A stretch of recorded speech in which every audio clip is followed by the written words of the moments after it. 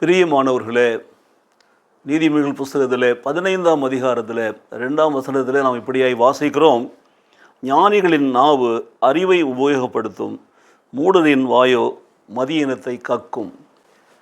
ஞானிகளின் நாவை குறித்தும் மதியினருடைய வாயை குறித்தும் மிக தெளிவாக இந்த வசனம் நமக்கு உணர்த்துகிறது பாருங்கள். ஆகவே ஞானிகளுடைய நாவு எப்பொழுதுமே அறிவை தான் உபயோகப்படுத்துமா. ஸோ ஞானம் உள்ளவன், ஞானவான், நிதானிக்கிறவன், விவேகம் உள்ளவன், அவன் நிதானித்து அவன் பேசுகிறான் பாருங்கள். அப்பொழுது அவனுடைய நாவானது உபயோகப்படுத்துகிற வார்த்தைகள் அவனுடைய ஞானத்தை வெளிப்படுத்தும். ஞானியினுடைய நாவு, அவனுடைய வாயிலிருந்து வரக்கூடிய அந்த வார்த்தைகள் அறிவை உபயோகப்படுத்தும். நிதானித்து பேசுவான், யோசித்து பேசுவான், சரியான வார்த்தைகளை பேசுவான். அவன் தேவனுடைய ஞானத்தை பெற்றவனாக இருப்பான். அந்த ஞானத்தினாலே அந்த நாவு பேசுகிற பொழுது அறிவை பயன்படுத்தி அறிவுள்ள காரியங்களை போதிக்கும்.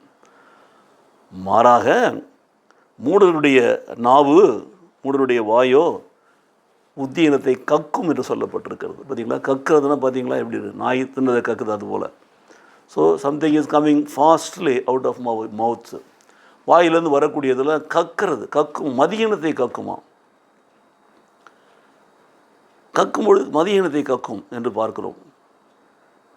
அப்போது கெட்டவைகளை கக்கும், கோபமான வார்த்தைகள் கெட்டவைகளை கக்கும். அவனுடைய புத்தியினத்தை அது கக்கும். அவன் ஒரு புத்தி இல்லாத என்பதை வெளிப்படுத்தும்.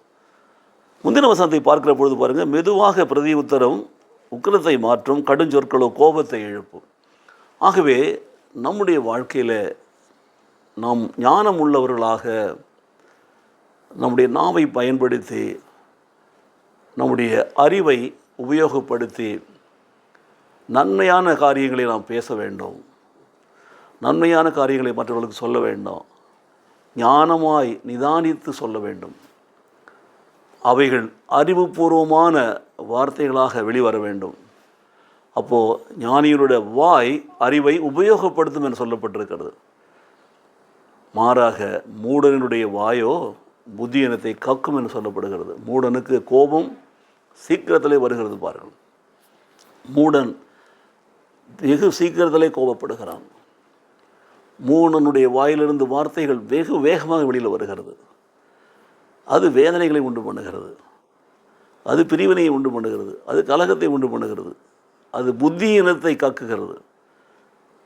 எனக்கு பிரியமானவர்களே, ஞானம் உள்ளவர்களாக நம்முடைய நாவை நாம் கட்டுப்படுத்தி நம்முடைய வாயின் வார்த்தைகளை நாம் அறிவுள்ள வார்த்தைகளாக மற்றவர்களோடு பேசுவோம். கர்த்தர் நாமத்தை உயர்த்துவோம். கர்த்தர் நம்மை ஆசீர்வதிப்பாராக. நேசிக்கிற நல்ல பிதாவே, ஞானியினுடைய நாவு அறிவை உபயோகப்படுத்தும் என்று சொல்லி கற்றுக் கொடுத்தீரே, கொடானக்கூடிய ஸ்தோத்திரம் சுவாமி. ஆனால் மூடரின் வாயோ புத்தியினத்தை கக்கும் என்று சொன்னீரே ஆண்டவரே. ஒரு நாளும் ஆண்டவரே நாங்கள் மூடர்களாக, மதிக்கெட்டவர்களாக, ஆத்திரப்படுவர்களாக, கோபப்படுவர்களாக, அதிசயிக்கிறதை கோபப்படுவர்களாக இல்லாமல் நிதானமாக மெதுவான பிரதி உத்தரம் சொல்லுவர்களாக எங்கள் நாவை கட்டுப்படுத்தி அறிவுள்ள வார்த்தைகளை பேச நம்முடைய பரிசுத்த ஆவியானவர் எங்களை நடத்துவாராக, பலப்படுத்துவாராக. இயேசு கிறிஸ்துவின் நாமத்திலே பிதாவே, ஆமென், ஆமென்.